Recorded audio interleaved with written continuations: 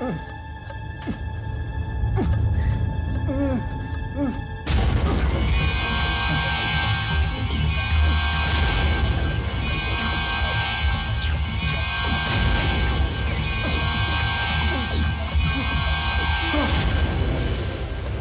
वही सपना, फिर वही भयानक सपना। मुझे वहां जाना होगा। उसके नौकर को पता नहीं वो कितने बजे घर से बाहर निकला? अच्छा, उसने कपड़े कौन से पहने थे? अच्छा, एक काम करो, उसके घर के आसपास के इलाके में उसे अच्छी तरह से ढूंढो। हाँ, वैसे मुझे अंदाज है वो कहां गया होगा। हम वहीं जा रहे हैं, मुझे रिपोर्ट देते रहना, ठीक है? ओके। सर, इतनी सुबह सुबह हम किसे ढूंढ रहे हैं? कोई खतरनाक मुजरिम है क्या? नहीं, वो एक पुलिस ऑफिसर है। Police officer? मतलब पुलिस ऑफिसर था। 2 साल पहले मुंबई के सबसे अच्छे पुलिस ऑफिसर में उसका नाम आता था। दया भी उसके साथ काम कर चुका है, याद है दया? 2 साल पहले, अप्रैल 1997। हाँ सर, वो दिन मैं कभी नहीं भूल सकता। हम लोग पुलिस स्टेशन में थे जब वो फोन आया था।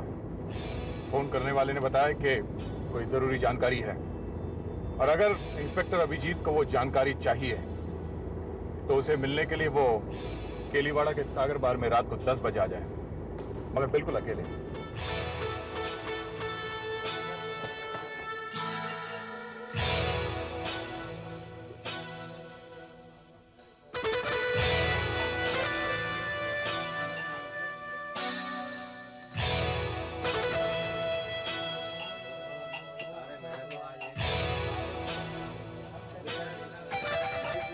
एक बड़ा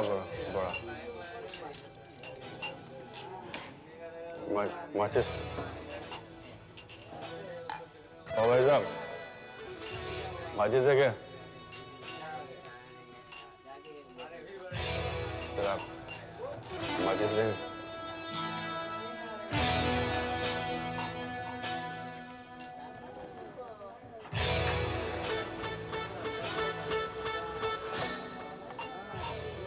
मैंने मना किया था ना, मेरे पीछे कोई नहीं आएगा।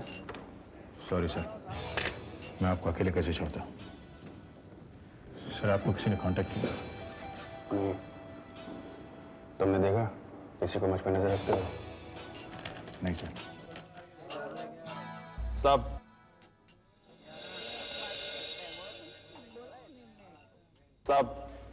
आपको बाहर कोई आदमी बुलाया। मेरे को बुला रहा है? कौन है?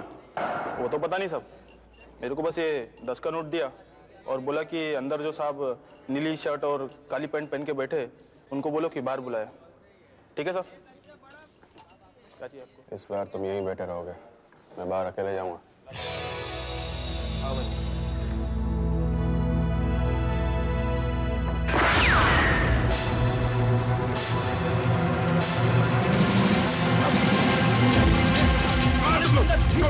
उधर चलो।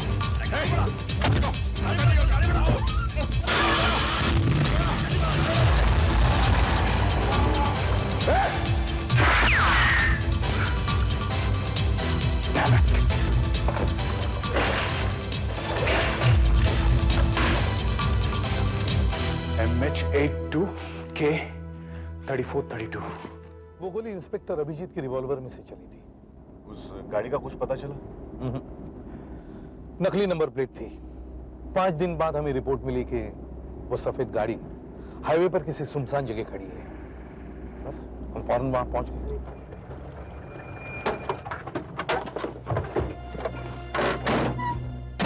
सर, लगती तो वही गाड़ी है जिसमें इंस्पेक्टर अभिजीत को किडनैप किया गया था। हाँ, वही लगती है।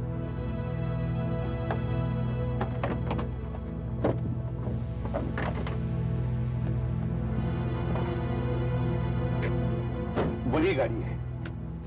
ये देखो, MH82K3432, नकली नंबर प्लेट। वही नंबर।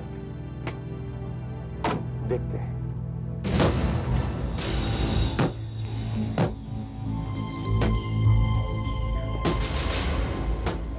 लगता है यहीं से। दया, खुलेगा? मेरा सर, देखो देखो, पत्थर देखो, जल्दी।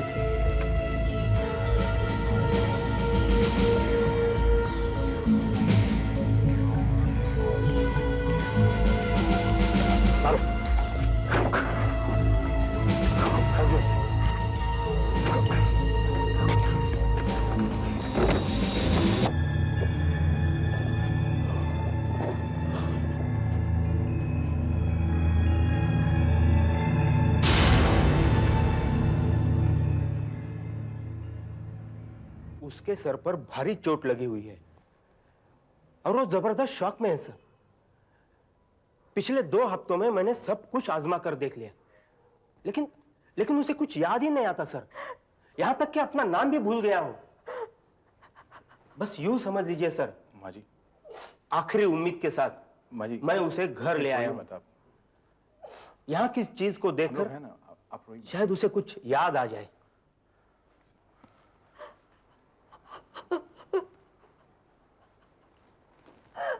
अभिजीत को अंदर ले आओ।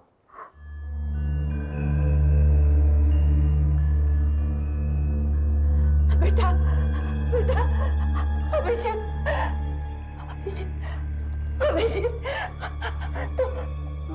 तू ठीक है? भगवान का लाख लाख शुक्र है। मुझे पता था भगवान तुझे कुछ नहीं होने देगा। अभिजीत अभिजीत मेरे बेटे, अभिजीत। आप कौन है? ऐसा मत कह बेटा, ऐसा मत कह। मैं माँ हूँ तुम्हारी, माँ हूँ तुम्हारी। बेटे ये कहाँ ले आए? बेटे बेटे, मुझे पहचानने से इनकार मत कर। आप अंदर चलिए माँ जी, प्लीज। अभिजीत सब ठीक हो जाएगा, आप आइए।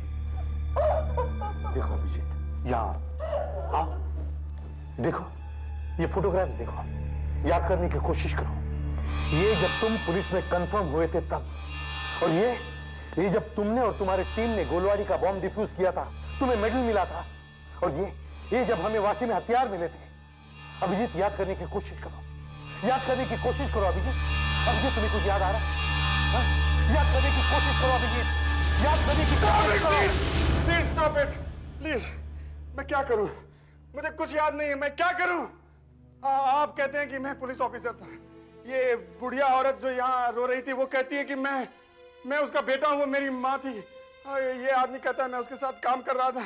ये फोटोग्राफ में मैं हूँ, लेकिन मैं क्या करूं? मुझे कुछ याद नहीं है, मुझे कुछ याद नहीं है, मैं क्या करूं? मुझे कुछ... हमने बहुत कोशिश की, मगर अभिजीत की याददाश्त वापस नहीं आई। किसी ने उसे उस रात सागर बार में बुलाकर किडनैप कर दिया और उसकी यह हालत बनाई। उसकी माँ, उसका अतीत, उसे कुछ भी याद नहीं।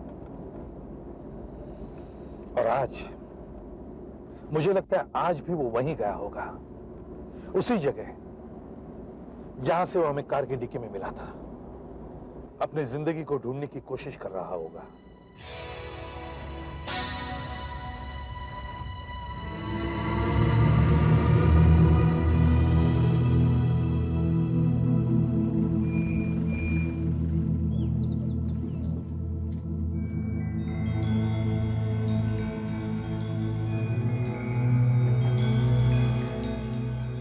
अभिजीत, अभिजीत, पहचानते हो? ACP Pradyuman, inspector Daya. Hello sir. तुम यहां क्या कर रहे हो? तुम्हें तो घर में होना चाहिए था। चलो आओ मेरे साथ, चलो। यहीं पर छोड़ा था उन्होंने मुझे 2 साल पहले। मेरी जिंदगी छीन ली उन लोगों ने। कैसे पता चलेगा मुझे वो लोग कौन थे? देखो अभिजीत, मैं समझ सकता हूं तुम पर क्या गुजर रही है, मगर तुम्हें हिम्मत करनी पड़ेगी। जिंदगी में आगे बढ़ना होगा। लेकिन कैसे? आगे तो तब बढ़ा जाता है सर जब मालूम हो कि मैं आया कहां से हूं। मुझे तो यह भी पता नहीं कि मैं हूं कौन। अगर तुम इसी तरह अपनी बीती जिंदगी को ढूंढते रहोगे तो फिर बाकी जिंदगी का क्या होगा? 3 महीने पहले वो बूढ़ी औरत जो अपने आप को मेरी मां कहती थी, वो मर गई। वो इस गम में मर गई कि उसका अपना बेटा, अपना अभिजीत उसको पहचानता नहीं था। इसमें मेरा क्या कसूर है? इसीलिए मैं जागता रहता हूं, रात रात भर सोचता रहता हूं अपने बारे में कि शायद मुझे कुछ याद आ जाए, कुछ भी। लेकिन कुछ याद नहीं आता। और ऐसे याद आएगा भी नहीं। देखो अभिजीत, तुम एक काम करो, तुम हमारे ऑफिस आना शुरू करो, हमारे साथ रहो, तुम्हारा ध्यान भी बटा रहेगा। नहीं सर, मैं आप लोगों का टाइम वेस्ट करना नहीं चाहता। मैं ये नहीं कह रहा हूं कि तुम सीआईडी फिर से ज्वाइन करो, नहीं, हमारे साथ रहो। हो सकता है पुराने काम पर लौटने से शायद तुम्हें कुछ याद आ जाए। सर वायरलेस में मैसेज है। देखो,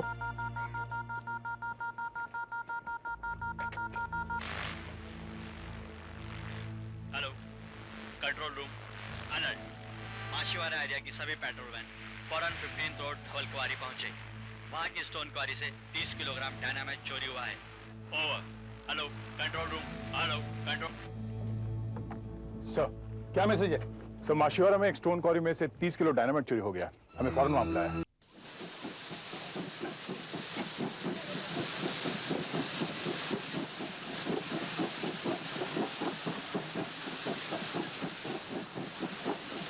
मैं यहाँ रोज की तरह 6:30 बजे पहुंचा। स्टोर रूम में सप्लाई चेक की तो पता चला 30 किलो डायनामाइट चोरी हो गया है सर। डायनामाइट का स्टॉक इससे पहले कभी चेक किया था? कल रात को 9:30 बजे सर। हर रोज की तरह काम खत्म करने के बाद यहाँ पे एक सिक्योरिटी गार्ड होता है सर। वो यहाँ आने जाने वाले आदमी का रिकॉर्ड रखता है। मैंने रजिस्टर भी चेक किया सर। रात में एक आदमी आया था, ये मिस्टर कौशिक। और सर मैं कब से कह रहा हूँ कि मैं यहाँ नहीं आया था। क्या काम है मुझे यहाँ? कल रात 11 बजे तो मैं अपने घर पे सोया हुआ था सर। रात का वॉचमैन आता ही होगा, वही आपको बताएगा। ये देखिए, ये आ गया। क्या हुआ साहब? कल रात कौशिक साहब यहाँ आए थे, तुमने रजिस्टर में एंट्री की है? हाँ साहब, कोई कौशिक साहब आए थे जरूर, लेकिन ये साहब वो नहीं है। क्या मतलब? साहब वो कोई और था। मैं यहाँ नया हूँ साहब। हर ऑफिसर्स को शकल से नहीं पहचानता, लेकिन कल रात जो आदमी आया था उन्होंने अपना नाम कौशिक ही बताया था। अपना पास कार्ड भी दिखाया था। बोले माल की कुछ चेकिंग करनी है। उनके पास एक सूटकेस भी था। मैंने उनके लिए स्टोर का दरवाजा खोल दिया और रजिस्टर में एंट्री भी कर दी।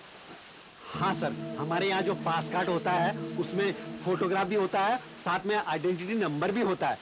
उसी से हम लोग खास जगह पर उन्हें आने जाने देते हैं। सर मेरा पास कार्ड गायब है सर। पास कार्ड गायब है? इसका मतलब उसने तुम्हारा पास कार्ड चुराया और यहाँ स्टोर में घुस गया। हाँ? उसका हुलिया याद है? ज्यादा लंबा नहीं था साहब, यही कोई 45-48 का होगा। एक पतला सा आदमी था और हाँ, उसने एक मोटा सा चश्मा पहन रखा था, दूर और पास वाली नजर का। क्या कहते हैं उसे? डबल फोकस वाला चश्मा सर। उसने कपड़े कैसे पहने थे? साहब उसने सलेटी रंग की पैंट पहन रखी थी और हल्के नीले रंग की कमीज। बड़ा शरीफ सा आदमी था साहब। सर ये हुलिया ऋषि जैसा है सर, बिल्कुल ऋषि जैसा। ऋषि जैसा? ये ऋषि कौन है? ऋषि सर मेरे घर के पास रहता है एक लॉज में। उसके बारे में इतना जानता हूँ कि वो नागपुर से यहाँ आया था काम की तलाश में। चाय की दुकान में 1-2 बार मुलाकात हुई थी, वहीं पहचान हुई उससे। कल रात मेरे घर आया था सर। क्यों? कह रहा था कौशिक यार नींद नहीं आ रही है, तो हम दोनों साथ बैठे और थोड़ी बहुत पी हमने, ज्यादा नहीं सर, थोड़ी। फिर वो चला गया। अच्छा, वो जानता था तुम यहाँ काम करते हो इस क्वारी में और यहाँ डायनामाइट है? हाँ शायद सर, मैंने जिक्र किया था इसके बारे में। वैसे सर मुझे विश्वास नहीं होता कि ऋषि साहब ने कोई गड़बड़ की होगी, क्योंकि वे सीधे साधे आदमी हैं। आज दिन में तो नागपुर से लौटे हैं सर वो। नागपुर का पता लिखा है अपने रजिस्टर में? जी सर, मेरे से यही गलती हो गई सर। उन्होंने लिखा नहीं और मैंने चेक किया नहीं सर। कल रात वो कहीं बाहर गए थे? जी गए थे सर, और 12:30 बजे के बाद में घर आए सर। और उसके बाद सर मैंने मिला नहीं हूँ मैं उनसे। ये रूम उनका है? हाँ जी, ये रूम उसका है। इसको तो ताला लगा है। सर तुम्हारे पास चाबी? चाबी तो वो ले गए सर। तो फिर? एक डुप्लीकेट चाबी है मेरे पास। तो फिर खोलो, जल्दी जल्दी खोलो, जल्दी जल्दी जल्दी, कम ऑन।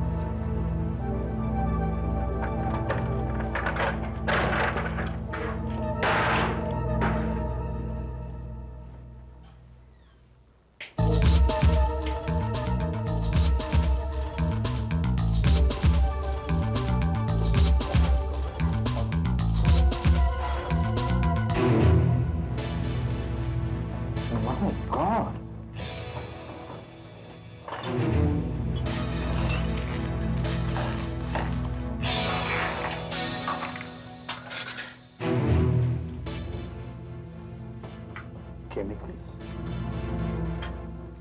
acid, wires.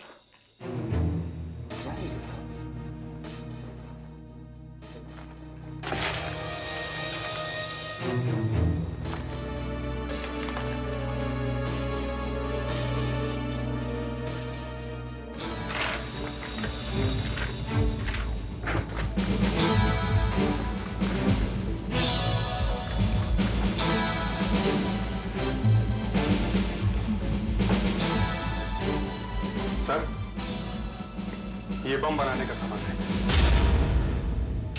ये देखिए सर, ये डायग्राम, ये बम बनाने का सर्किट है। ये डायनामाइट है। यहाँ पर एसिड की ट्यूब होती है। ये स्टॉप वॉच है, यहाँ पे टाइम सेट करते हैं। टाइम पूरा होने पर ये एसिड की ट्यूब फट जाती है। एसिड केमिकल रिएक्शन करके डायनामाइट पे गिरता है और बम को एक्सप्लोड कर देता है। कोई आम आदमी ऐसा बम नहीं बना सकता। ये देखकर लगता है इस आदमी का संबंध किसी केमिकल इंडस्ट्री से है। सर अजय सर, हाँ, एक वेटर ने बताया कि उसने अभी आधे घंटे पहले ऋषि को बाहर जाते हुए देखा है और उसके हाथ में एक बड़ा सूटकेस था सर। अच्छा, इसका मतलब है उसने बॉम्ब सूटकेस में ही बनाया। गया सर, जल्दी जाके देखो किस तरफ गया, कैसे गया। बात पूछो, शायद उसको किसी ने देखा हो। जयंत इधर आओ। मैनेजर को कौशिक को ऑफिस में लेके आना। ऋषि की आइडेंटिटी तैयार करनी है। जाओ जल्दी, क्विक। चलिए। अभिजीत सर, तुम मेरे साथ चलो। Come on. उसकी आंखें ऐसी थी? नहीं सर, ये नहीं। ओके, घबराओ मत। हमारे पास सब तरह की आंखें हैं, सब तरह के नाक हैं, सब तरह के होंठ हैं।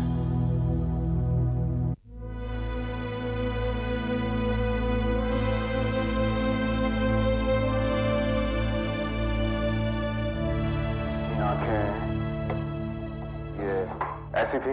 नहीं सर। ओके, ये देखो। हाँ सर, जी सर। अब आप देखो।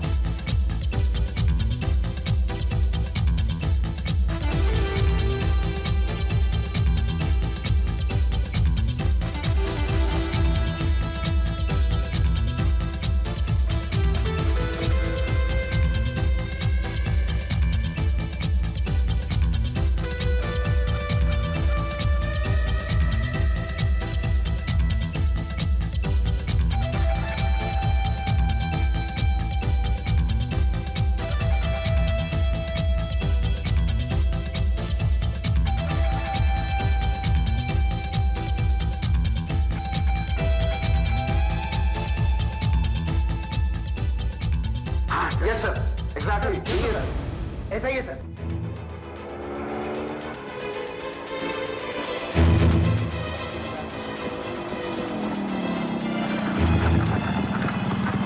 कंट्रोल रूम से अर्जेंट मैसेज आया है। अगर ये आदमी कहीं दिखाई दे तो सीआईडी को फौरन इत्तला करो। क्या किया इसने? पता नहीं, पर पूरे शहर में रेड अलर्ट है। एक ग्रे कलर की पैंट और हल्के नीले रंग की शर्ट पहना हुआ है। हाथ में एक ब्रीफकेस भी हो सकता है और उन्होंने कहा है कि इसके पास जाना खतरनाक हो सकता है। जैसे ही ये दिखाई दे सीआईडी को फोन करो। ओके?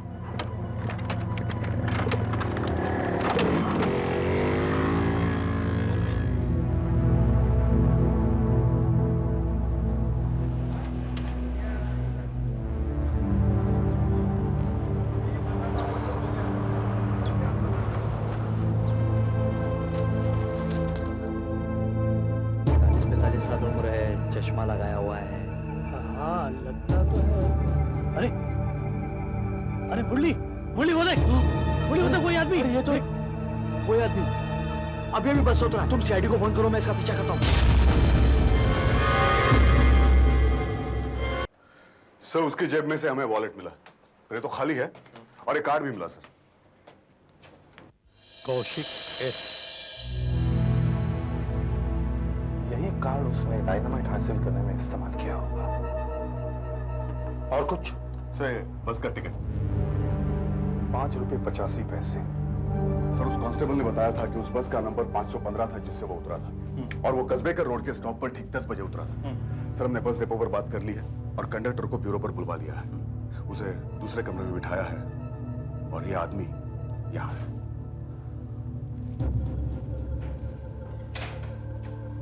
देखिए मिस्टर ऋषि, सर ये आदमी कुछ बता नहीं रहा। अच्छा मिस्टर ऋषि, हम अच्छी तरह से जानते हैं आपने कौशिक बनकर स्टोर में से डायनामाइट चुराया। आपके होटल के कमरे में से हमें बॉम्ब बनाने का सामान, एसिड, वायर्स, डायग्राम, सर्किट सब कुछ मिल गया है। अब आपकी भलाई सिर्फ इसी में है कि आप हमें सब कुछ बता दें। बताओ, कहां रखा है बॉम्ब आपने? नहीं, मैं कुछ नहीं बताऊंगा। कर लो जो करना है। Damn it.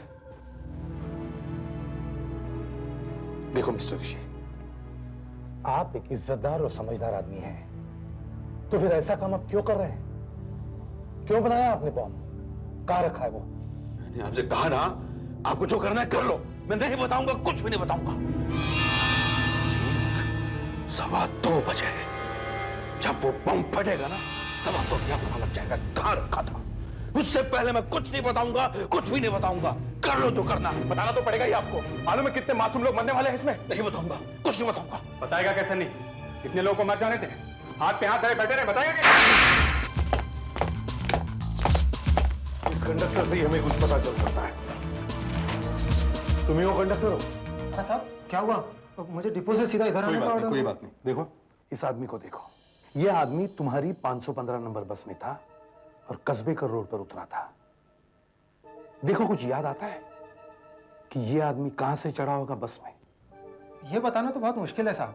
हजारों पैसेंजर चढ़ते उतरते हैं, अब किसी की शक्ल तो याद रहती नहीं हमको। अच्छा कोई बात नहीं, ये टिकट देखो, इससे कुछ पता लगता है? ये टिकट 5 रुपए 85 पैसे का है। अगर वो आदमी कस्बेकर रोड पर कहीं उतरा है तो इसका मतलब है वो कांदीवली से मलाड के बीच कहीं चढ़ा होगा। हाँ जी, कांदीवली से मलाड के बीच। इससे आगे नहीं हो सकता क्योंकि उसका किराया ज्यादा है। कांदीवली और मलाड के बीच? शाबाश, वेरी गुड, शाबाश, thank you very much. Sudhakar इन्हें बाहर छोड़ो। शाबाश। कांदीवली और मालाड के बीच, इसका मतलब है ऋषि ने बॉम्ब कांदीवली और मालाड के बीच में ही रखा है। ये जरूरी नहीं है सर, हो सकता है उसने बॉम्ब कहीं और रखा हो, वहां से कांदीवली आया हो और कांदीवली से ये बस पकड़कर कस्बेकर रोड उतर गया। होने को तो बहुत कुछ हो सकता है, मगर अभी हम ये पकड़कर चल रहे हैं कि बॉम्ब कांदीवली और मालाड के बीच में ही है। 11:10 बजे और ऋषि ने कहा था कि बॉम्ब 2:15 बजे फटने वाला है। इसका मतलब है हमारे पास सिर्फ 3 घंटे और 5 मिनट है। मगर कहां रखा होगा उसने बॉम्ब? हमें उसे ढूंढना है और डिफ्यूज भी करना है। एक आइडिया है सर। क्या? मैंने देखा था कि ऋषि के हाथ में घड़ी नहीं है। फिर हम ऐसा करते हैं, ऋषि को इंटरोगेशन रूम से निकालकर लॉकअप में डाल देते हैं। वहां पहले से अपने कुछ ऑफिसर्स होने चाहिए, सादे कपड़ों में, जिन्हें ऋषि ने पहले कभी ना देखा हो। वो एकदम चोर जैसे दिखने चाहिए। एक बड़ी घड़ी चाहिए वहां टांगने के लिए, एक VCR चाहिए और एक टीवी।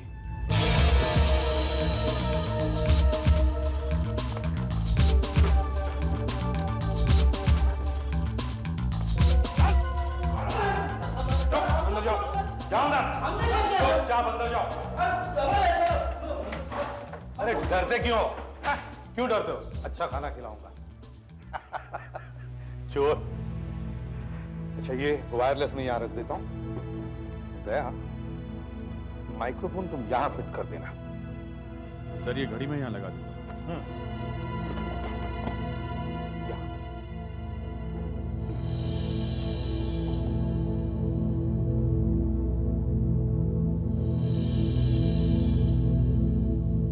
सर एक काम करता हूं, टाइम 1 घंटा आगे कर देता हूं। 11:25 की जगह 12:25। ठीक है।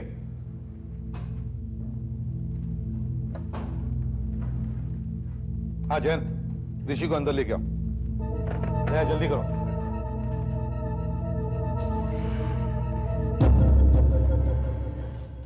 हाँ मिस्टर ऋषि, जब तक तुम हमें सब कुछ नहीं बताओगे, तुम्हें यहां अंदर रहना पड़ेगा। यहां चलिए, समझे? बता दो, अब भी वक्त है, बता दो। आओ अभिजीत, जैन, दया, ध्यान रखना। साहब खाना कब मिलेगा साहब? खाना 12:30 बजने का है। 12:30। पेट में चूहे कूद रहे साहब।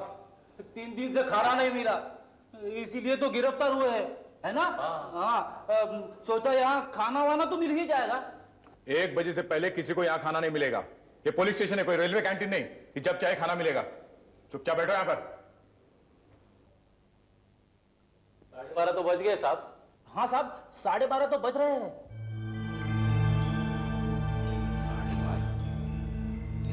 अभी 12:30 कैसे बज गए? तो सोच रहा था अभी सिर्फ 11:30 हो गए, ज्यादा से ज्यादा 12। टाइम दे टाइम, 12:30 बजे, पूरे 12:30। तुम्हें भूख नहीं है तो मत खाना, तुम्हारा हिस्सा भी हम खा लेंगे, कोई प्रॉब्लम नहीं है। एसीपी साहब, जैसा कि आपने कहा था वैसे सारे अरेंजमेंट्स हो चुके हैं। पुराने बहुत सारे शॉट्स मिल चुके हैं, बॉम्ब ब्लास्ट के, आग लगने के, और हमारी न्यूज रीडर भी रेडी है, श्वेता। इन्हें तो आप जानते ही होंगे। जी हाँ, रोज समाचार पढ़ती है हमारे न्यूज चैनल पर। और श्वेता, ये है एसीपी प्रद्युमन जी। नमस्कार। और अब हमें आप आगे ये बताइए कि करना क्या है।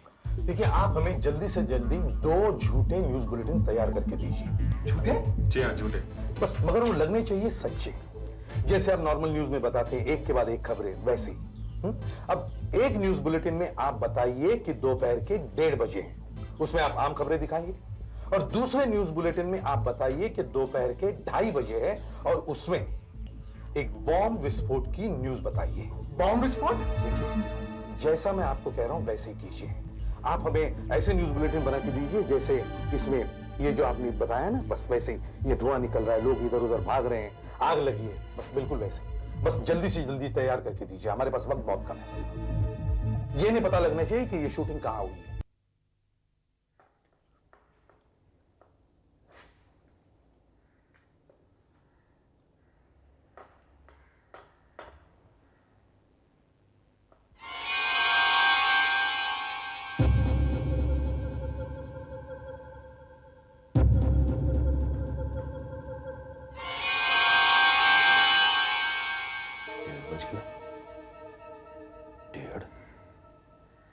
जल्दी 1:30 कैसे बज गया?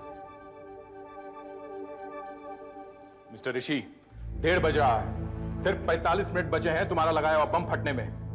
सोचो, अब भी वक्त है, बता दो तुमने वो बम कहां लगाया है। जितने भी लोगों की जानें जाएंगी उन सबकी मौत के जिम्मेदार तुम होगे, और कुछ नहीं तो भगवान से तो डरो। नहीं, मैं किसी से नहीं डरता, मैं किसी को कुछ नहीं बताऊंगा, नहीं बताऊंगा।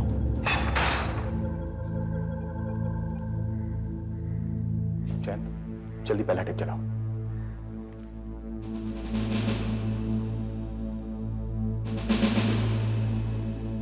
नमस्कार, इस समय दोपहर के 1:30 हुए हैं और आप देख रहे हैं सिटी न्यूज।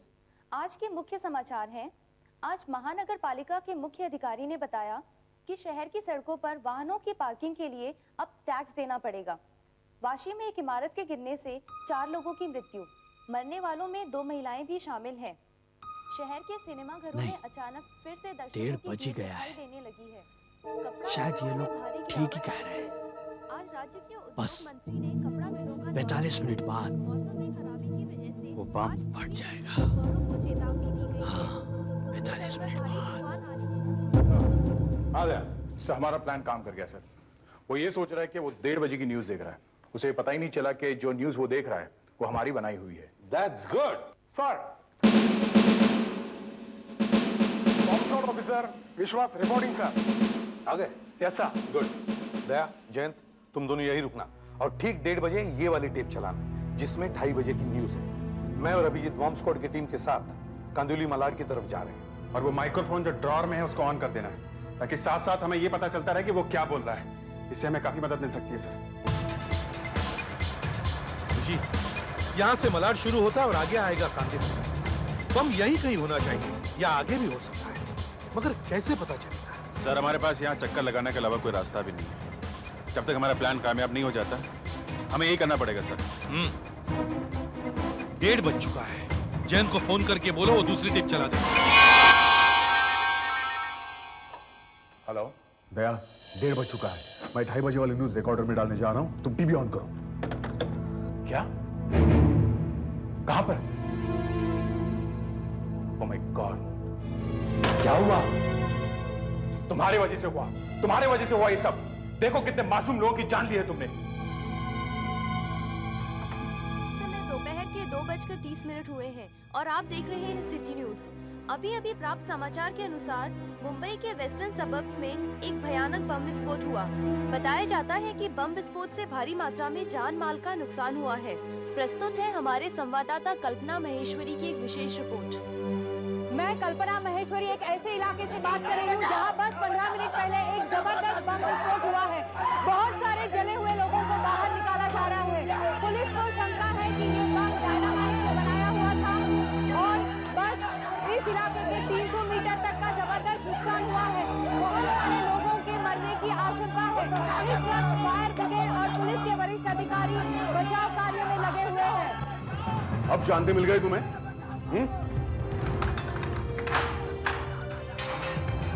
चलो, इन सब लोगों की मौत के जिम्मेदार तुम हो और न जाने कितने लोग सारी जिंदगी के लिए अपाहिज लंगड़े लूले हो गए होंगे। तुम्हें तो फांसी की सजा मिलनी चाहिए। ऐसा किसी ने क्या कर दिया तुम्हारे साथ जिसकी तुमने इतनी बड़ी सजा दे दी उनको? तुम्हें जरा में दुख नहीं हो रहा? मैं कोई खूनी थोड़ी ना हूं, मैं खूनी नहीं हूं। बर्दाश्त की तो हद होती है। 20 साल में उन लोगों के लिए काम किया, न्याय निवारने शुरू कर दिया। आखिर हुआ क्या? 20 साल मैंने उनके पास काम किया। वल्लभ सेठ ने मुझे खुद नौकरी में रखा था। उनके पास फैक्ट्री भी नहीं थी, एक छज्जे के नीचे काम करते थे। तब से उनके पास था। लेकिन तुमने ये सब किया क्यों? वल्लभ सेठ तो देवता थे, देवता। लेकिन उनके मरने के बाद सब कुछ बदल गया। फैक्ट्री उनके बेटे मिलन के पास चली गई और उसने हमको निकाल दिया। 30 आदमी थे और मेरे साथ 30 आदमी और थे। हमसे कहा कि नागपुर की फैक्ट्री नुकसान में चल रही है, इसलिए बंद कर रहा हूं। लेकिन फैक्ट्री तो नागपुर में बंद हुई थी, तो तुमने यहां बम क्यों लगाया मुंबई में? पिछले कुछ महीने मैंने बिना नौकरी के कैसे गुजारे मैं ही जानता हूं। घर में जवान बेटी शादी लायक हो, 2 लड़के जिन्हें कॉलेज भेजना हो, मुझे इस उम्र में कौन काम देगा? मुझे पता चला कि मिलन कुमार ने कांदीवली में नई फैक्ट्री डाली। कांदीवली? मैं मुंबई चला आया नौकरी मांगने के लिए। बहुत मिन्नतें की, मुझे किसी तरह से कोई काम दे दीजिए, मैं सब करूंगा। तो उन्होंने क्या कहा? उन्होंने साफ मना कर दिया। कहा कि सब काम तो कंप्यूटर करेंगे, तुम्हारे लिए कोई काम नहीं है, कोई काम नहीं है। और मुझ पर हंसने लगे। अच्छा? हाँ, मैंने भी फैसला कर लिया, इस बात का बदला मिलन कुमार से जरूर लूंगा। आज जब वो फैक्ट्री खोलेगा तो उड़ा दूंगा उसे मैं। मुझे नहीं पता था, लेकिन उड़ाऊंगा जरूर, ये मैंने तय कर लिया था। किस्मत से मुझे कौशिक मिला। बस मैंने डायनामाइट चुराया। मुझे बम बनाना आता था, मैंने बम बनाया, उसे एक सूटकेस में रख के फैक्ट्री में घुस गया। मिलन कुमार को मिलते के बहाने और छिपा दिया वहीं पर से मैंने। इस फैक्ट्री का नाम क्या है? नाम तुम्हें नहीं पता? न्यूज़ में भी बताया था। हाँ जरूर कोई चाल है तुम लोगों की चाल है। नहीं बताऊंगा, मैं नहीं बताऊंगा, कुछ नहीं बताऊंगा। Damn it! वो समझ गया। फिर भी सर हमारे पास काफी इंफॉर्मेशन है। फैक्ट्री का उद्घाटन आज होना है। वल्लभ नाम के आदमी ने इस कंपनी की शुरुआत की थी। उसकी मौत के बाद उसका बेटा मिलिंद वो ये कंपनी चला रहा है। नागपुर की फैक्ट्री बंद करके वो लोग यहीं आ गए हैं सर। अच्छा, इंडियन इंडस्ट्रीज चेंबर के पास ऐसे कंपनीज के रिकॉर्ड्स होते हैं, उनसे पूछे क्या? सर सिर्फ आधा घंटा बचा, 1:45 हो गए। जो भी करना है जल्दी करते हैं सर। जल्दी जल्दी जल्दी, फास्ट। हाँ, मैं सीआईडी से बोल रहा हूँ, आप जल्दी देखिए, बहुत अर्जेंट है। प्रोप्राइटर का नाम है वल्लभ। फैक्ट्री आजकल उनका बेटा मिलिंद संभाल रहा है। उनका नागपुर वाला ब्रांच बंद हो गया है और आज कांदीवली साइड में उनकी नई फैक्ट्री का उद्घाटन। हाँ, मैंने होल्ड किया है, आप जल्दी देखिए प्लीज, जल्दी कीजिए। ये रहा। मैं सोच ही रहा था शायद न्यूज़पेपर में कुछ मिल जाए। Excel chemical and dye industries, Prateek industrial estate, RK road, Kandivali. और आज ही उसका इनॉग्रेशन है मिलिंद कुमार के हाथों। एसीपी साहब को फोन करता हूँ। हाँ, बता दो। हाँ, एड्रेस बता दो जल्दी। एड्रेस एक्सेल इंडस्ट्रीज, सेक्टर 4,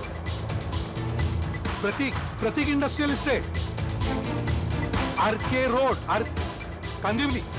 ये तो काफी दूर है, जल्दी भागो।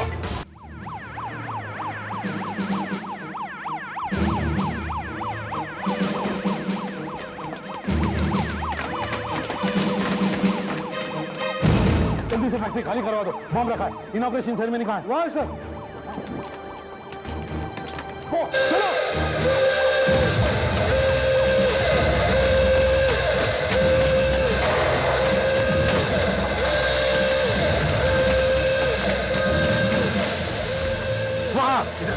सब लोग निकल जाओ, यहाँ बॉम्ब रखा हुआ है। निकल जाओ सब लोग।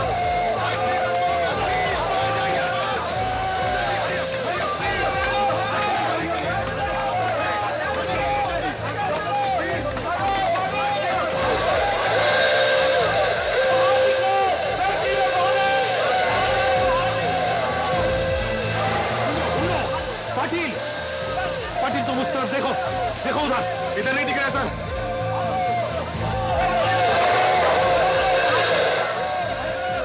बम कभी भी फट सकता है, जल्दी जल्दी ढूंढो ढूंढो।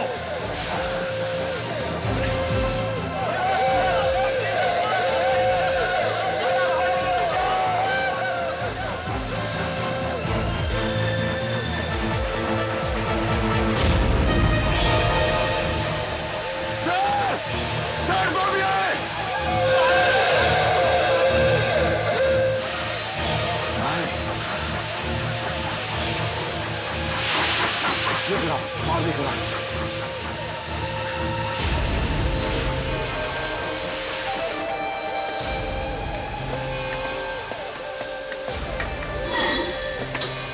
इसमें रखो।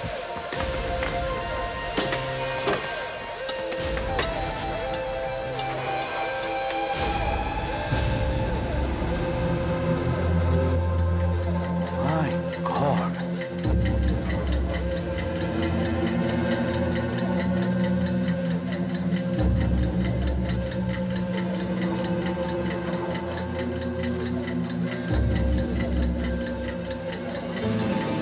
सर सिर्फ आधा मिनट बचा है। सर अभी सर डिफ्यूज करने का टाइम नहीं बचा है, हमें यहाँ से निकल जाना चाहिए, ये कभी भी फट सकता है। चलो चलो।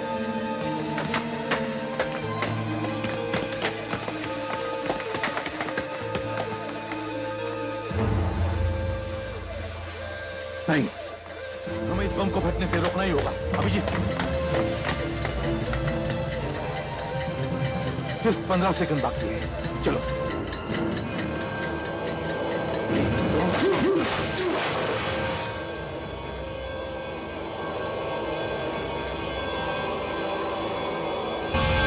सर बम फटा नहीं, सर्किट टूट गया है। अब क्या करें? और ये धुआं? सर एसिड दूसरे कैंकर में गिरना शुरू हो गया, अब फटेगा बम। सर मैं एसिड निकाल देता हूँ।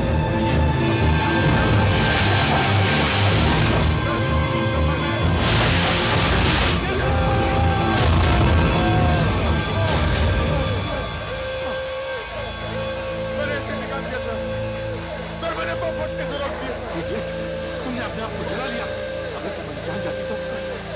और कोई रास्ता नहीं था सर, बम को फटने नहीं देना चाहिए था।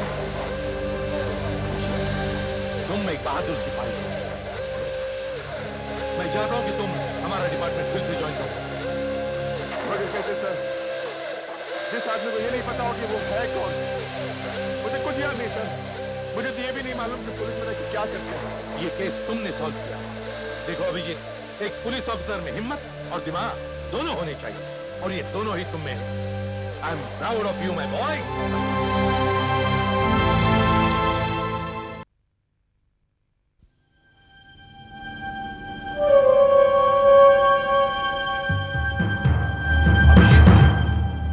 अब से तुम ऑफिशियली मेरे यूनिट का हिस्सा बन गए हो। Thank you sir. कॉन्ग्रेचुलेशंस। वैसे आप एक बार सोच लीजिए, मुझे वापस रख के आप गलती तो नहीं कर रहे हैं? नहीं, ये पानी में तैरने की तरह है। तैरने की तरह? एक बार आदमी जब पानी में तैरना सीखता है तो वो कभी नहीं भूलता। 20 साल बाद भी उसे पानी में फेंक दो तब भी वो किनारे पर लग जाता है। वैसे आदमी जब एक बार पुलिस ऑफिसर बनता है हमेशा के लिए बना रहता है, अपना काम कभी नहीं भूलता, चाहे कुछ भी हो। सर, एक आदमी काफी देर से अपने ऑफिस के आसपास घूम रहा है। आधे घंटे पहले मैंने उसे वहीं देखा था, ऊपर की तरफ देख रहा है।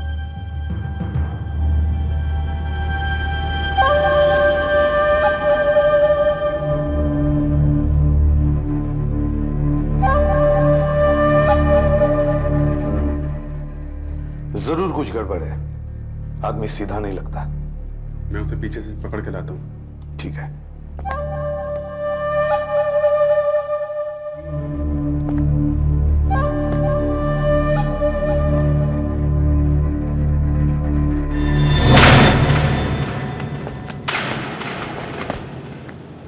ऊपर चल। अब ठीक से बताओ, क्या बात है? साहब मेरा नाम बाबूलाल है साहब।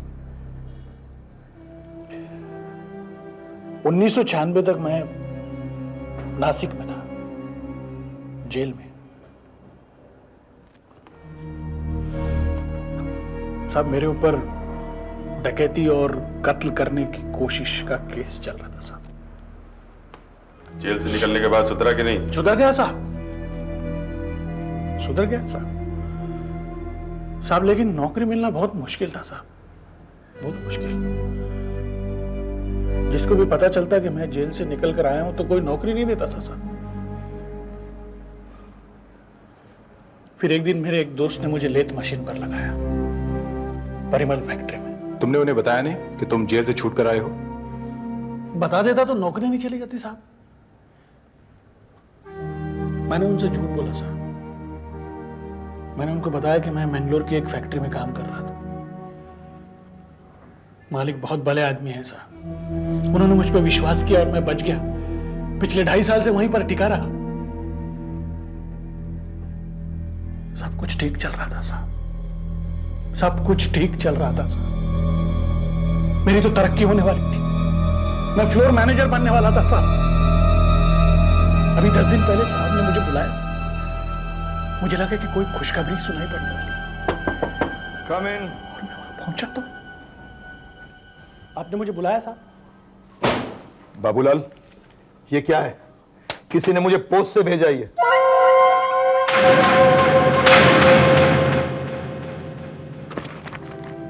ये आपको किसने भेजा साहब? ये जरूर यहां पर मेरे साथ काम करने वाले किसी आदमी की हरकत है साहब। यहां पे कोई किसी को खुश नहीं देख सकता साहब। ये मुझे कुछ नहीं मालूम, लेकिन तुमने मुझे पहले क्यों नहीं बताया कि तुम जेल काट कर आए हो? साहब अगर मैं आपको बता देता तो आप मुझे नौकरी से नहीं निकाल देते साहब। मेरे 2 छोटे छोटे बच्चे हैं साहब। देखो, अब जब मुझे पता चल ही गया है तो मैं तुम्हें नौकरी से निकाल देता हूं। ऐसा मत कीजिए साहब, ऐसा मत कीजिए। आप तो जानते हैं मैं कितनी मेहनत से काम करता हूं साहब। साहब मुझ पे ये जुल्म मत कीजिए साहब, मैंने आज तक पूरी ईमानदारी से काम किया है साहब। तुमने मुझसे धोखा किया, मुझसे झूठ बोला। अब मैं तुम पर विश्वास नहीं कर सकता। मैं आपसे कोई धोखा नहीं करना चाहता था साहब। साहब मेरे बाल बच्चों का क्या होगा साहब? कम से कम उन पे तो रहम कीजिए आप। तुम जा सकते हो। मैं आपके हाथ जोड़ता हूं साहब। मैंने कहा ना तुम जा सकते हो।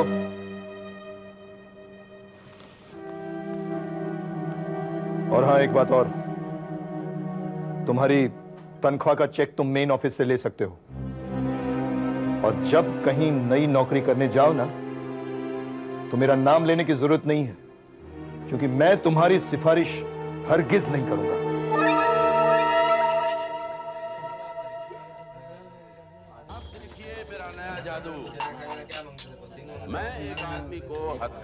और उधार नहीं मिलेगा, बहुत हो गया। ये आखिरी बार है। अगर सेठ को पता लगेगा ना तो मुझको नौकरी से जरूर निकाल देगा। मंगेश, मंगेश यार क्या करूं, कुछ समझ में नहीं आ रहा है यार, कुछ समझ में नहीं आ रहा है। नौकरी मिलने का कोई चांस नजर नहीं आ रहा है। तू तो कह रहा था कि तेरा संगम में काम हो गया? हो गया था यार, काम हो गया था मेरा, लेकिन वो लोग रवि कुमार को पूछने को चले गए। वो कमबख्त ने मेरे बारे में सब कुछ बता दिया। उनको पता चल गया कि मैं सजा काट के आया हूं। मैंने उसे खत्म कर दिया होता। यार मंगेश, अगर मुझे नौकरी नहीं मिली ना तो पता नहीं मेरा क्या होगा यार। मेरे बच्चे की स्कूल की फी भरनी है, घर में अनाज का एक दाना नहीं है। पता नहीं क्या होगा यार। यार तेरे होटल में नौकरी लगा दे ना मेरे को, तो वेटर की कर लूंगा यार। नहीं यार, अभी कोई जगह नहीं है और सेठ अभी यहाँ पे किसी को रखने वाला नहीं है। और अगर तू पैसे नहीं देगा ना तो सेठ मुझको भी नौकरी से बाहर निकाल देगा। यार तू आसपास के होटल के अपने दोस्तों को ही पूछ लेना कम से कम। यार मंगेश, मैं कोई भी काम कर लूंगा, कोई भी। मैं तेरे हाथ जोड़ता हूँ यार, कोई काम दिला दे। मैं झूठे बर्तन धो लूंगा यार, कोई भी काम कर लूंगा, सिर्फ काम दिला दे बस। यार डरता हूँ कहीं दोबारा मेरे हाथ से कोई गलत काम नहीं हो जाए। अरे क्या बकवास कर रहा है? फिर से जेल जाने का इरादा है क्या? नहीं यार, इसीलिए तो नौकरी ढूंढ रहा हूँ। देख, किसी भी तरह की कोई भी नौकरी हो ना तो मुझे बताना। मैं तेरे को एक नंबर देता हूँ, कागज है तेरे पास? हाँ इधर है, डॉक्टर अर्जुन, ये सब क्या है? ये नंबर है ना मेरे घर के पास के पीसीओ का है। ये आदमी मेरा मैसेज ले लेता है और मुझे बता देता है। कोई भी काम होना तो इस नंबर पे मेरे को फोन कर देना यार, बहुत उपकार हो जाएंगे तेरे। ठीक है, ये मेरा नंबर है। आया सेठ।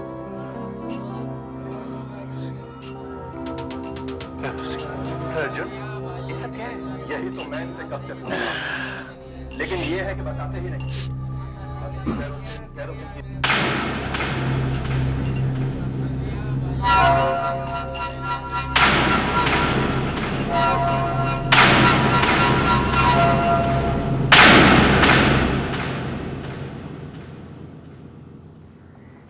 अरे बाबूलाल, क्या है? जरा यहाँ ना तो।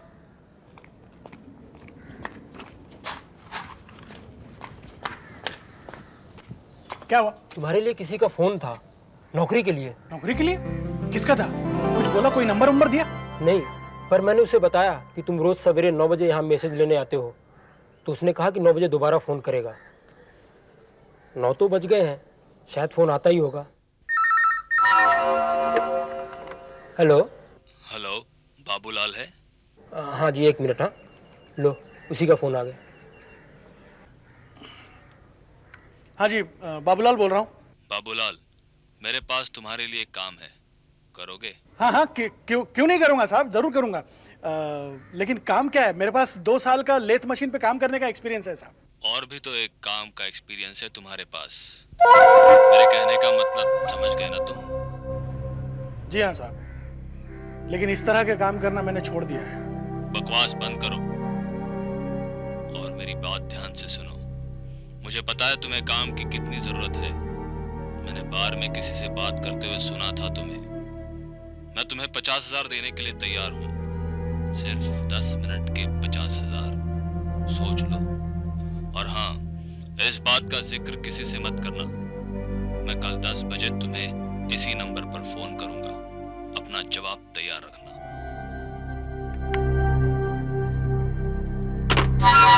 वो मुझसे कोई गुनाह करवाना चाहता है साहब, वो मुझसे कोई गुनाह करवाना चाहता है साहब, लेकिन कौन सा गुनाह मुझे पता नहीं है साहब। मैं दोबारा गुनाहगार नहीं बनना चाहता साहब, मुझे दोबारा गुनाहगार नहीं बनना। यही सोचकर मैं सीआईडी के पास आया, लेकिन जब मैं यहां पहुंचा तो मेरी हिम्मत जवाब दे गई साहब, और मैं बाहर ही खड़ा रहा। ये आदमी कौन है हमें पता लगाना ही पड़ेगा। इसका एक रास्ता है सर हमारे पास।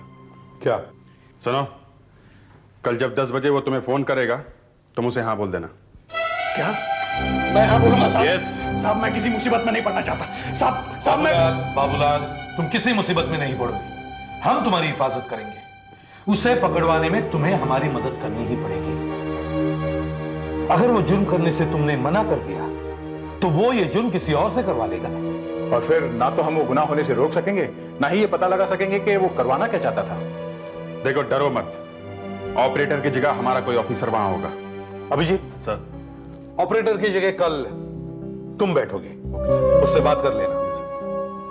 और बाबूलाल, अगर तुम वैसा ही करोगे जैसा हम तुम्हें कह रहे हैं, तो मैं तुमसे वादा करता हूं कि रवि कुमार से बात करके तुम्हारी नौकरी मैं तुम्हें वापस दिलवा दूंगा।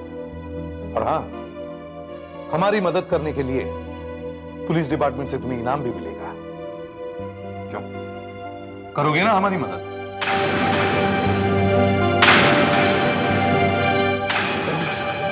बताइए ना इनको, ये जो बोले ही चले जा रहे हैं, जल्दी कीजिए ना आप। नहीं, वो साहब इतनी देर से बात कर रहे हो, दूसरों की भी बात करने दो ना। हाँ, कॉलर आईडी और रिकॉर्डर रेडी है, सब कुछ एकदम तैयार है। अच्छा, करने दो ना साहब, लाइन लगाए हुए हैं। भाई साहब कीजिए ना, जल्दी कीजिए ना। ओके ओके, मैं बाद में फोन करता हूँ। ओके, लो करो, जो फोन करना है करो आप।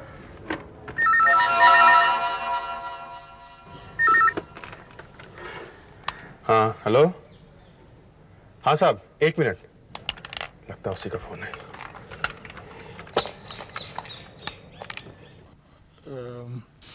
Hello hello. तुमने फैसला कर लिया? जी हाँ, मैं तैयार हूँ, लेकिन मुझे करना क्या है? खून करना है।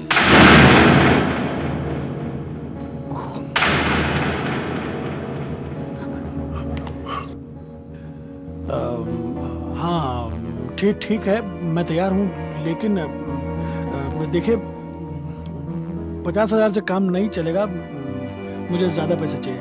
कितना? 1 लाख? 1 लाख? हाँ ठीक है, 1 लाख। मुझे एडवांस चाहिए। हाँ, और मैं आपसे मिलना चाहता हूँ। मैं तुम्हें 25,000 एडवांस दूंगा, बाकी काम होने के बाद। और आज रात 9 बजे तुम मुझे एसएल सुपरमार्केट में मिलोगे, वर्सोवा 10th रोड। और एक बात ध्यान से सुनो, ट्रॉली लेकर वहां पर खरीदी करने का नाटक करना। मैं तुम्हें वहीं मिलूंगा।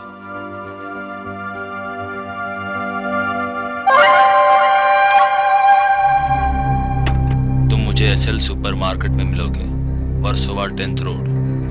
और एक बात ध्यान से सुनो, ट्रॉली लेकर वहां पर खरीदी करने का नाटक करना। मैं तुम्हें वहीं मिलूंगा। सर कॉल 9833211214 से आया था सर। कार तो काउंटर से खरीदा गया था। खरीदने वाले का नाम पी आकाश है। एड्रेस है सर, पर नकली है वो। और नाम भी गलती होगा।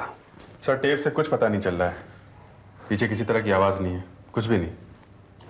बाबूलाल, आज रात 9 बजे तुम सुपरमार्केट जाओगे और उस आदमी से मिलोगे।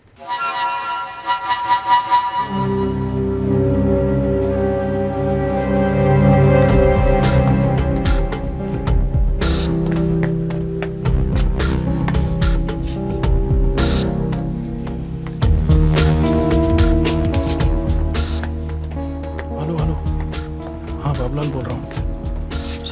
सब सुन रहे हो? सब सुनाई दे रहा है। दया, बाबूलाल से कहो उसकी आवाज साफ सुनाई दे रही है। ओके?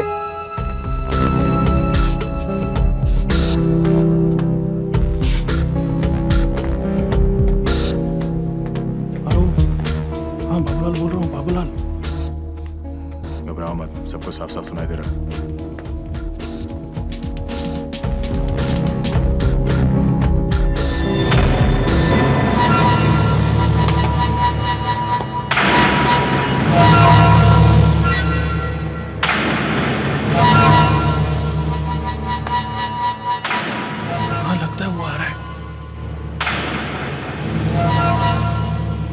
भाई साहब, आप बताएंगे कोल्ड स्टोरेज कहाँ पर है? कोल्ड स्टोरेज आप यहाँ से सीधे जाएंगे 20 फुट की दूरी पर दाहिने तरफ। ठीक है। एक मिनट, वहाँ से मत जाइए, आइए इधर से आइए। भाई जरा इनको कोई दिखाना कोल्ड स्टोरेज। आइए मैं छोड़ देता हूँ, सीधे चलिए। सर अभी तक तो उसके पास कोई आया नहीं, सिर्फ एक अंधा आदमी आया था।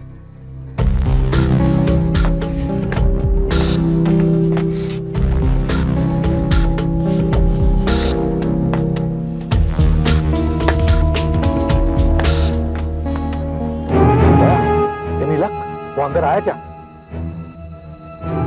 काफी लोग उसके पास से गुजरे, पर किसी ने भी उससे बात नहीं की अभी तक।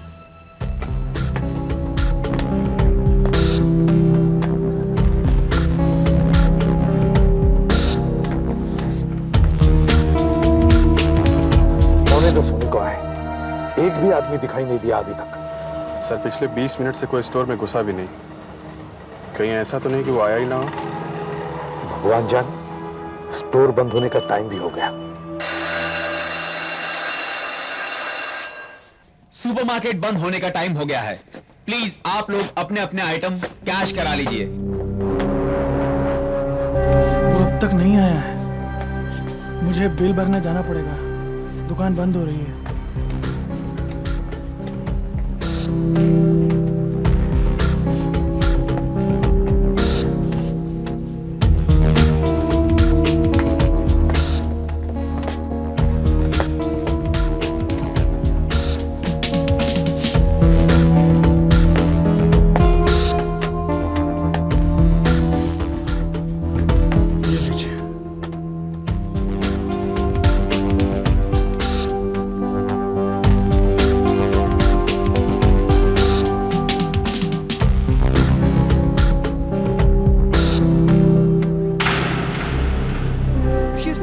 ये पैकेट आपका है?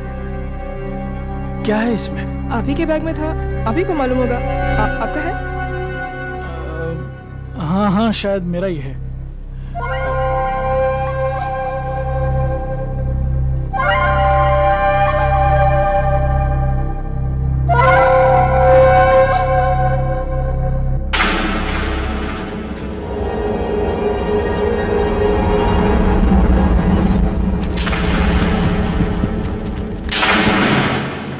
सब 25,000 रुपये और लाल चौक की बाला डिस्ट्रिक्ट में 12 बजे मिलने को बोला है। कमाल है, दया है और किसी ने ये नोट रखते देखा ही नहीं।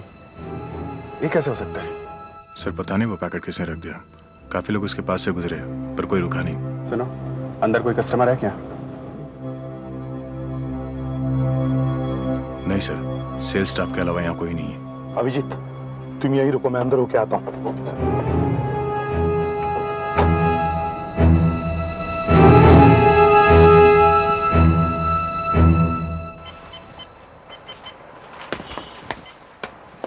दुकान बंद हो गया।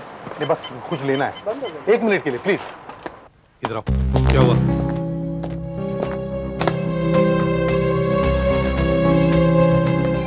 बाबूलाल, क्या हुआ?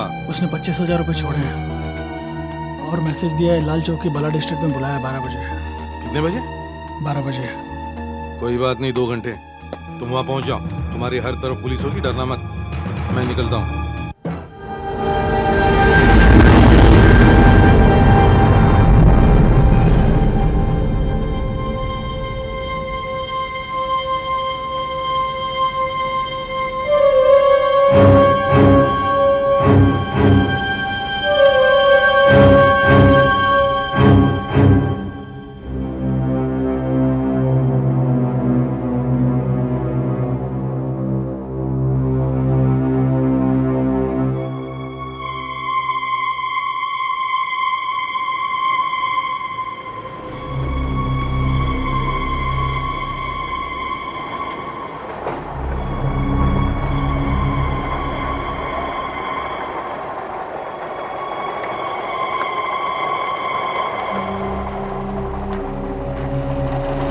कितना हुआ? 60 रुपया। ये लो। सर, बाबूलाल तो आ गया। हाँ, मैं देख रहा हूँ, वो भी अभी आता ही होगा।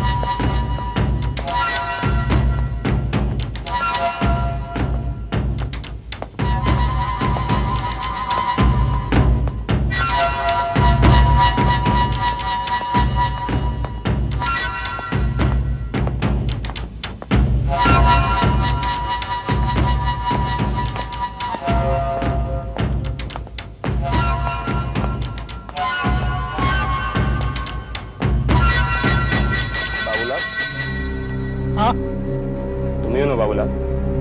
हाँ मैं हूँ बाबूलाल। हमारे लिए एक पैकेट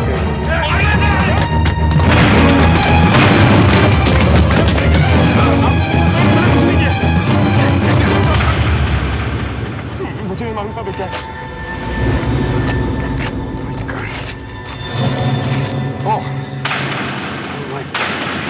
सर, छोड़ दो मुझे सर। कुछ नहीं किया। हाँ साहब, मेरी बंदूक और ये गोली है तुम्हारे पास कैसे? मुझे नहीं मालूम साहब। तू ये वो जो बाबूलाल से खून कराना चाहता था? नहीं साहब, आप क्या कह रहे हैं साहब? मेरा खून से कोई लेना देना नहीं है। मैं आपको सारी बात बता देता हूँ साहब। मैं तो जूता पॉलिश करने वाला हूँ, कलाड़ी रोड पर बैठता हूँ। 2 घंटे पहले मैं अपना धंधा खत्म करके उठने ही वाला था कि एक आदमी वहां पर आया और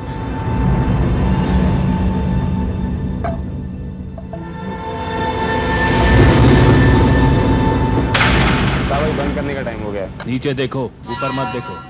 1000 रुपए कमाने हैं तुम्हें। 1000 रुपया? काम क्या करना होगा साहब? कुछ खास नहीं। अगर तुम्हें मेरा काम करना है तो मेरे जूते में पॉलिश करो। मैं तुम्हें सब कुछ बता दूंगा। आज रात 12 बजे लाल चौकी बलाट स्ट्रीट जाना। कहाँ पर? लाल चौकी बेलाट स्ट्रीट। हाँ, वहां तुम्हें एक आदमी मिलेगा। उसका नाम बाबूलाल है और ये पैकेट उसे दे देना। नीचे देखो।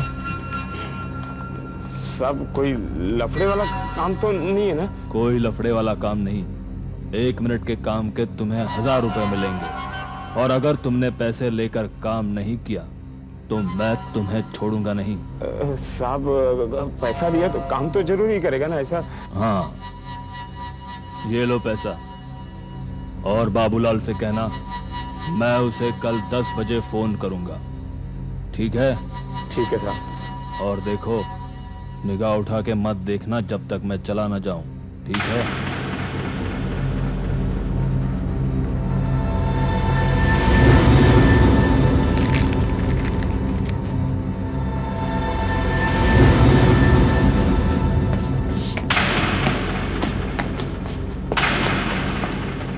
सच कह रहा हूँ, यही हुआ था।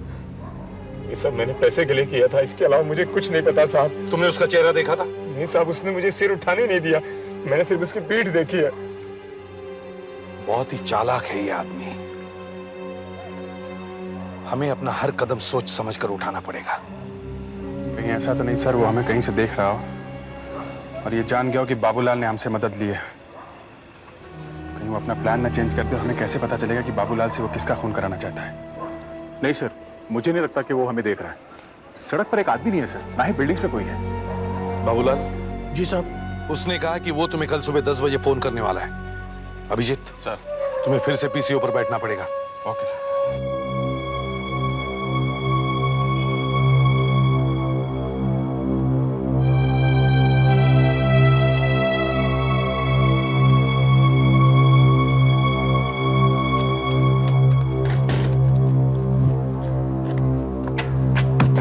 आज तो उसने जल्दी फोन कर दिया, 9:45 बजे।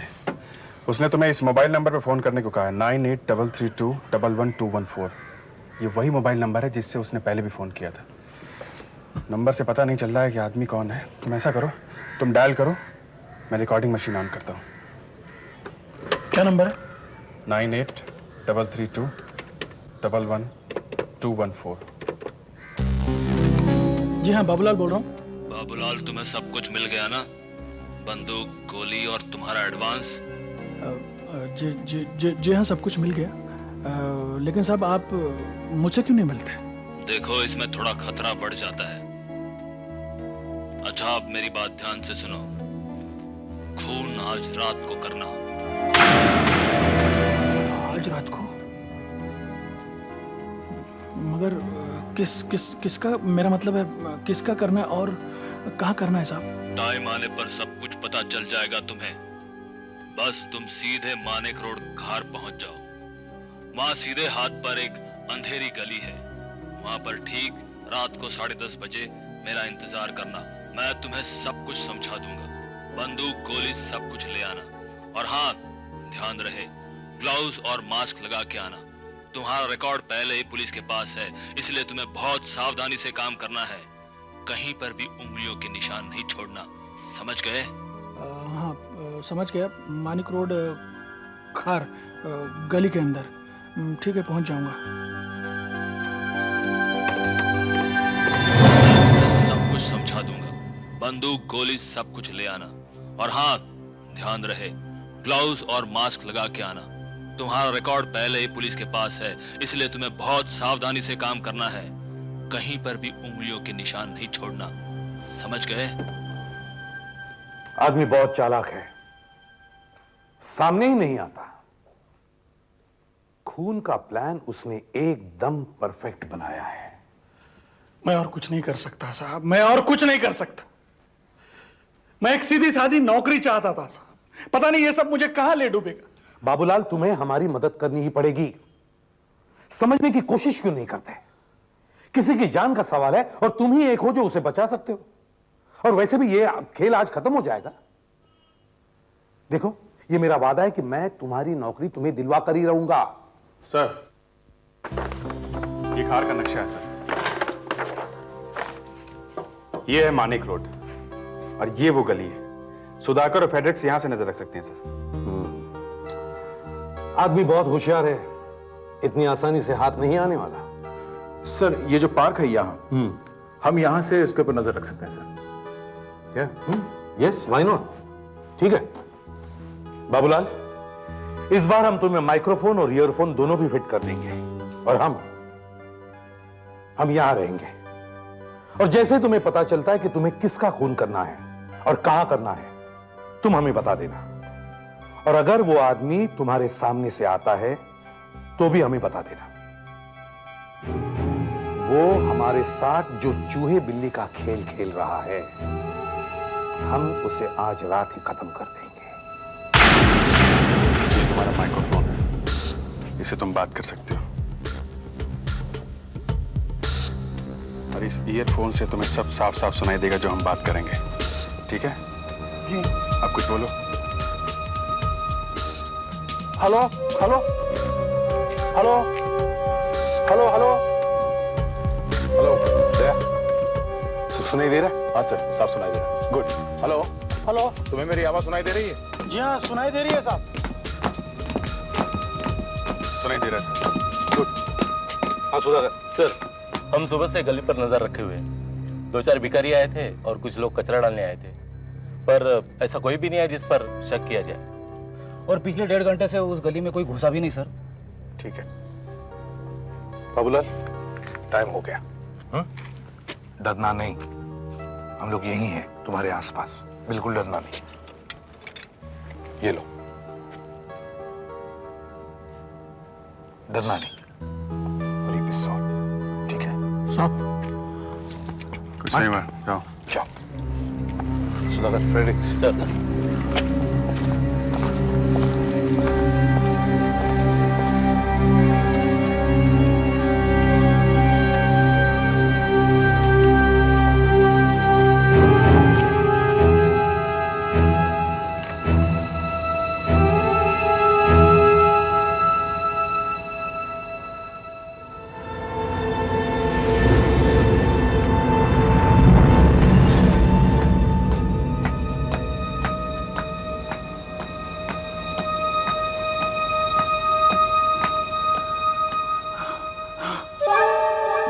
मैं उसके पास पहुंच चुका हूं।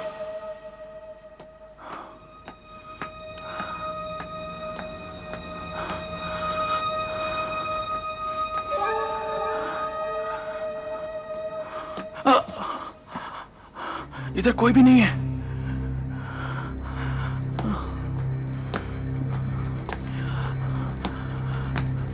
इधर कोई भी नहीं है। बाबूलाल, 10:30 बज रहे हैं, वो आता ही होगा। ठीक है साहब। हाँ। यहाँ किसी फोन की आवाज आ रही है। एक गली में फोन कहाँ से होगा? मोबाइल फोन है, ढूंढो आसपास, वहीं कहीं होगा। Mobile phone. वहाँ कोई कचरे का डिब्बा है? कचरे का डिब्बा देखता हूँ। हाँ, यहाँ पर एक कचरे का डिब्बा है। देखो उसमें, देखो। Mobile phone. यहाँ एक मोबाइल फोन है।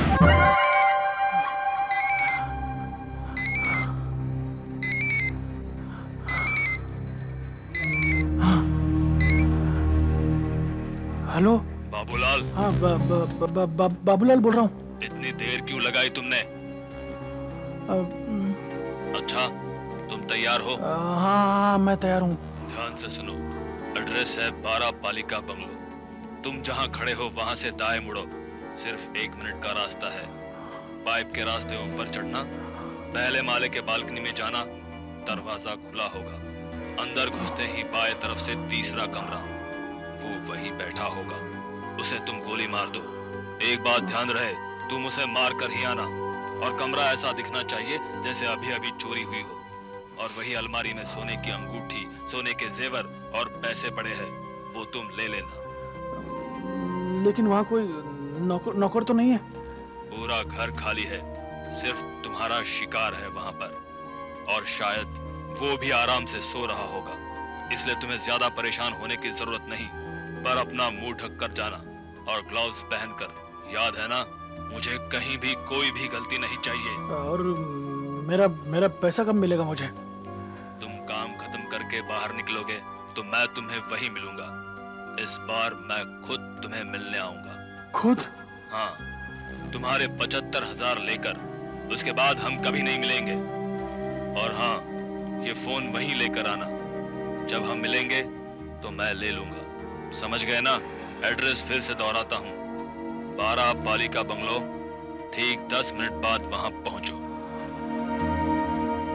ये क्या कर रहा हूँ मैं? ये मुझे नहीं करना चाहिए, ये मुझे नहीं करना चाहिए। हेलो हेलो बाबूलाल, बाबूलाल कहाँ हो तुम? हेलो। ओ, लगता है वायरलेस काम नहीं कर रहा है, शायद कट कर दिया होगा। हेलो। अरे ये क्या क्या हुआ? सर बाबूलाल। बाबूलाल? हाँ सर।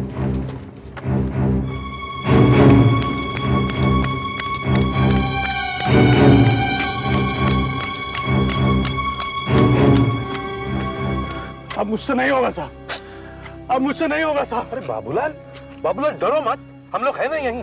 देखो बाबूलाल, तुम्हें सिर्फ अंदर घुस के बाहर निकल आना है। जैसे वो आदमी तुम्हें बाहर मिलकर बाकी पैसे देगा, हम उसे पकड़ लेंगे। नहीं साहब, मैं बहुत डर गया हूँ साहब, अब मुझसे नहीं होगा। अब तक बहुत किया, अब मुझसे नहीं होगा साहब, नहीं होगा। मुझे माफ कर दीजिए, लीजिए साहब आपका सामान, ये रख लीजिए। बाबूलाल डरो मत, मुझसे नहीं होगा। Shut up! वो आदमी तुम्हारा वहां इंतजार कर रहा है। तुमने हर जगह हाँ कहा है और तुम इस जगह पर मैदान छोड़ के जाना चाहते हो। मुझसे नहीं होगा साहब, मुझसे नहीं होगा। बाबूलाल सर, मैं जाऊंगा इसकी जगह। तुम? ये सर, वैसे भी मास्क पहने रहना है, ग्लव्स हाथ में रहेंगे, उसको पता भी नहीं चलेगा कि बाबूलाल की जगह मैं हूं। ठीक है बाबूलाल, तुम यही रहोगे हमारे साथ। और अभिजीत सर, हम उसी एरिया में चक्कर काटते रहेंगे। तुम जैसे ही बाहर उस आदमी को मिलोगे, हम उसे पकड़ लेंगे। Okay sir. ठीक है? Take care. सुनो, ये अपने कपड़े मुझे दो।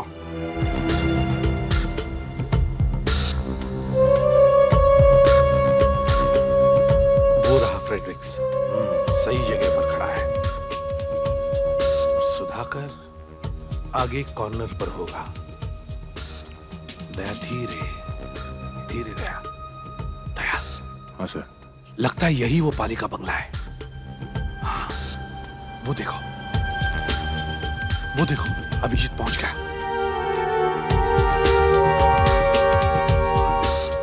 दया, दया, अभिजीत अंदर गया, जल्दी चलो।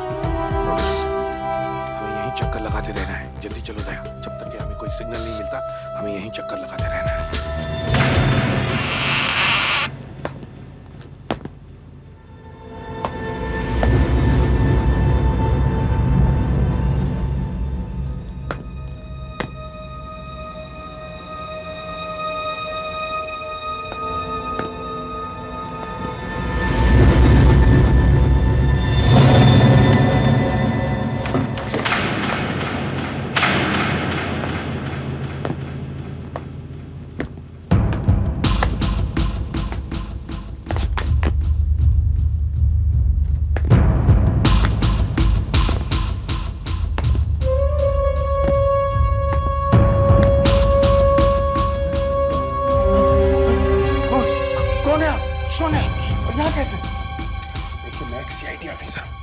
CID officer? जी हाँ।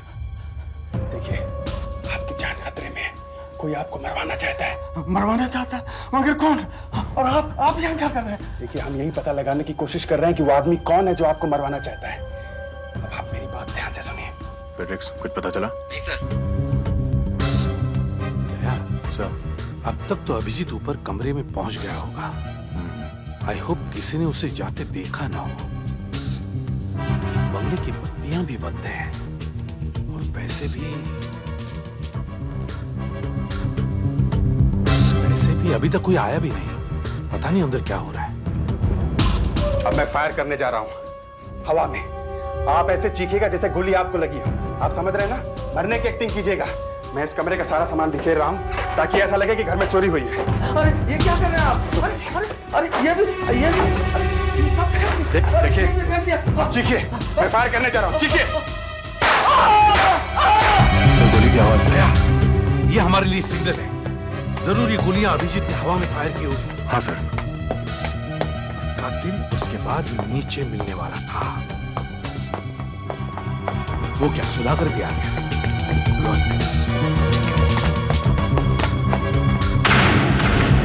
कहां से आ गई? पहले तो नहीं थी। साहब ये गाड़ी जानी पहचानी लगती है। साहब ये नंबर MH01741, ये नंबर भी जाना पहचाना है साहब।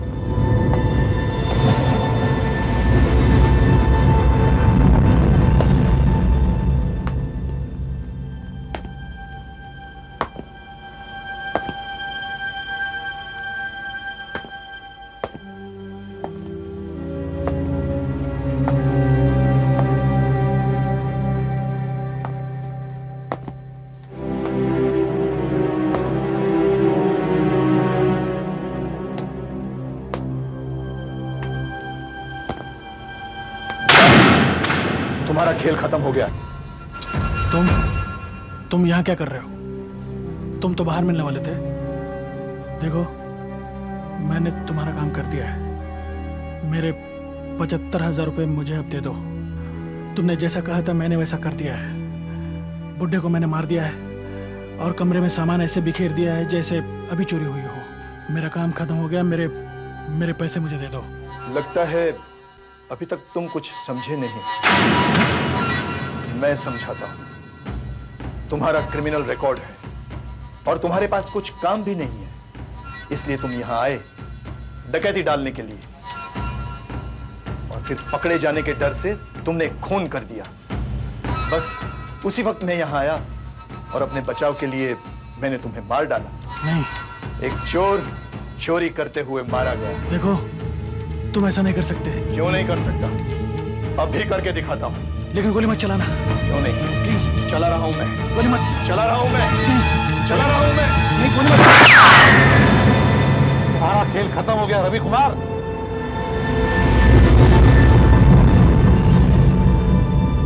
रवि कुमार, तुम बाबूलाल नहीं हो?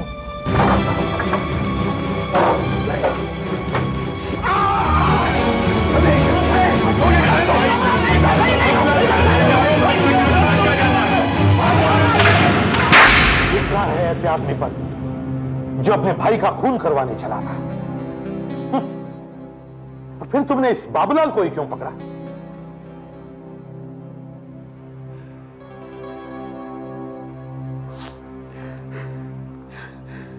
जब मुझे पता चला कि बाबूलाल एक मुजरिम है और जेल से सजा काट के आया है, तो मैंने सोचा क्यों नहीं इसी से अपना काम करवा लूं।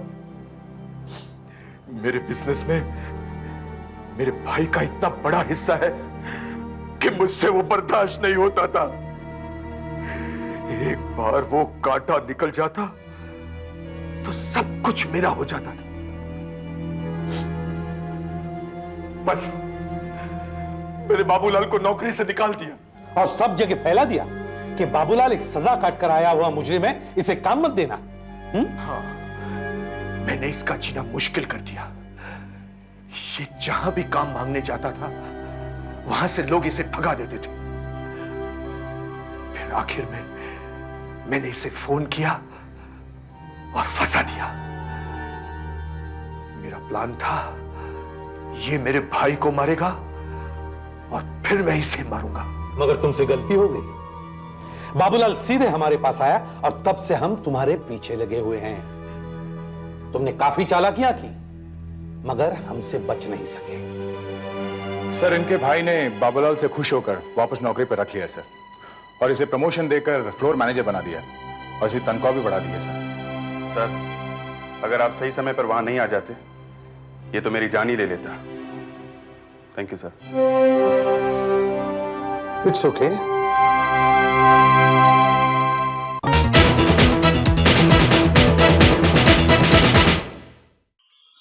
ऐसे और भी मजेदार वीडियो के लिए हमारे चैनल को लाइक, शेयर और सब्सक्राइब करें।